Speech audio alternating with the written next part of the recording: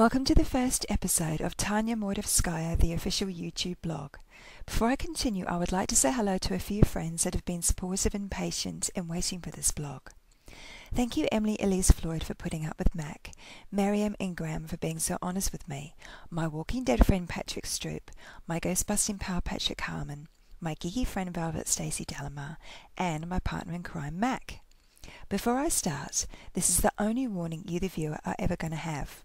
My motto is, I'm not sorry, I won't apologise, and if I could, I'd do it again over and over.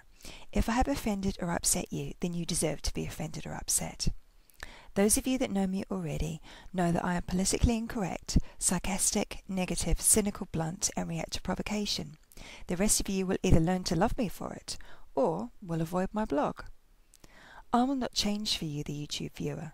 I will not apologise to you, and if you don't like it and are offended by my blog, then the only thing that you can do is to avoid it in the future. Those of you that learn to love me, I personally invite you to become friends with me on Facebook, YouTube and FetLife.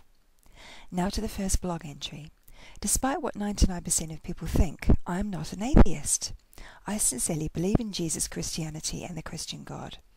I refuse to worship God and go to church because God has the power to end all suffering, evil and death, yet chooses not to. God allows suffering, evil and death to continue when He has the power to end it. So when He ends suffering, evil and death, I will worship Him, not before. While I don't hate any religion more than any other, I do harass some more than others. This is purely because those religions are closer to my apartment, and so easier to torment them from the comfort of my own home and balcony. At Christmas I make a point of personal honour to harass every major religion, no matter how far the closest place of worship is. I despise them equally, so at Christmas I should put the equal effort into torturing them.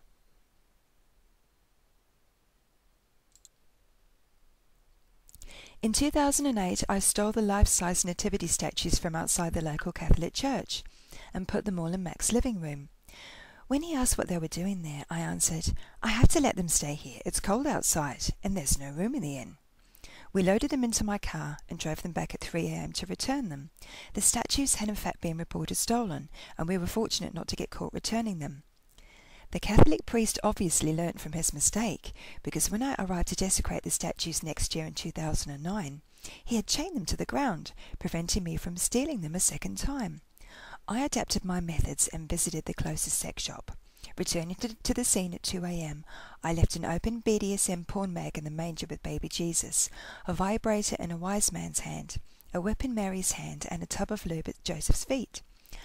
A photo was published in the local paper the next day. This year I used subtlety to torment the Catholics. I donated 3 full trays of gingerbread men to the congregation. Covering the gingerbread men with towels, I placed the trays in the entrance to the church with a sign that stated members of the congregation could take 1 gingerbread man each to eat inside the church. Based on the congregation's reaction to the huge erect penises I included on my gingerbread men, I shocked and disturbed the Catholics much more than usual this year. The Jews are next and the Muslims after that. The Christians will be the final religion to suffer in 2011. I still have to plan what I'm going to do to them this year. That's all for my first blog. I will update later this week.